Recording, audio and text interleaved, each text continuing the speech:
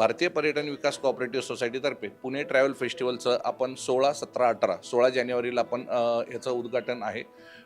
कार्यक्रमाचं उद्घाटन भारतीय पुणे संचालनाचे महाराष्ट्र संचालनाचे उपसंचालक डॉक्टर लांगी साहेब आणि सुप्रसिद्ध गायिका राधा मंगेशकर यांच्या हस्ते ओपनिंग होणार आहे.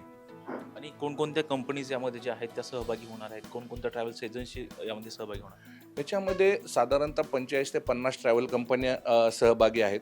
छोट्या मोठ्या अशा भरपूर कंपन्या आहेत. साधारणतः 70 स्टॉल आहेत आणि हे 3 दिवस हा फेस्टिवल चालू असणार आहे. त्यामध्ये कोणकोणत्या पर्यटन स्थळाचा तुम्ही जो आहे समावेश केलेला आहे? पर्यटन स्थळ हे डोमेस्टिक इंटरनॅशनल सर्वच आहेत. अगदी सांगायचं म्हटलं तर अष्टविनायक ते अंटार्क्टिका याच्यामध्ये सर्व सहलींचे पर्याय तुम्हाला एका छताखाली मिळतील. आणि लकी ड्रॉची सुद्धा काहीतरी योजना तुम्ही आणली जसं लकी ड्रॉ याच्यामध्ये असं आहे की येणाऱ्या जे ग्राहक विजिटर्स आहेत, जे ट्रॅव्हल टूर बुक करायला येणारे लोक आहेत किंवा प्रदर्शनाला भेट देणारी जे लोक आहेत, त्यांना प्रत्येक आपण 1 तासानंतर 2 तासानंतर आपण विविध लकी ड्रॉ ओपन केलेले आहेत. त्याच्यामध्ये असणार आहेत, ज्यामध्ये तुम्हाला डोमेस्टिक इंटरनॅशनल टूर्स तर आहेत, हॉटेलचे तुम्हाला रूमचे वाउचर्स मिळतील, फ्लाईटचे वाउचर्स मिळतील, असे विविध त्याच्यात गिफ्ट्स असणार आहेत. सर, मागील 5 वर्षांपासून तुम्ही याचं जे आहे ते आयोजन करता. हे 6वं वर्ष आहे. 5 वर्षामधून कशा पद्धतीचे तुम्हाला अनुभव आले आणि 6व्या वर्षामध्ये तुम्ही ते कसे ओव्हरकम केले? ह्याची अर्थात सुरुवात झाली आपल्या कोरोनाच्या काळामध्ये. कोरोनामध्ये आमच्या हाताला म्हणजे ट्रॅव्हल इंडस्ट्रीमध्ये अर्थात सर्वांनाच नव्हतं, तसंच ट्रॅव्हल इंडस्ट्री ही खूप त्याच्यामध्ये मागे होती. तर ट्रॅव्हल इंडस्ट्रीमधल्या लोकांना ह्याच्यामध्ये काहीतरी हातभार मिळावा ह्या संकल्पनेतून आम्ही हे चालू केलं.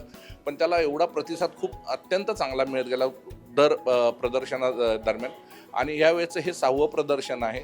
प्रचंड प्रतिसाद आहे. मागच्या प्रदर्शनाला जवळजवळ 8 ते 10,000 लोकांचा प्रतिसाद मिळाला होता, व्हिजिटर्स आले होते. आम्ही ह्यावेळेस एक्सपेक्ट करतोय की त्याच्यापेक्षा जास्त प्रतिसाद मिळेल म्हणून. तर याचं जेव्हा तुम्ही सुरुवात केलेली होती त्यामागचा उद्देश काय होता, की कशासाठी ही सुरुवात केली? जसं मी सांगितलं, कोरोनामध्ये आमची ट्रॅव्हल इंडस्ट्री कंप्लीट अगदी बंद अवस्थेत, मृतप्राय अवस्थेत होती. त्याच्यानंतर आपल्या हाताला काहीतरी काम मिळावं ह्या संकल्पनेतून आम्ही एक्झिबिशन सुरू केलं, की जे ह्याच्यात एक्झिबिटर आहेत, ज्या ट्रॅव्हल कंपन्या याच्यात सहभाग घेत आहेत, त्यांना तिथं ऑन द स्पॉट बुकिंग मिळावं, त्यांना काम मिळावं.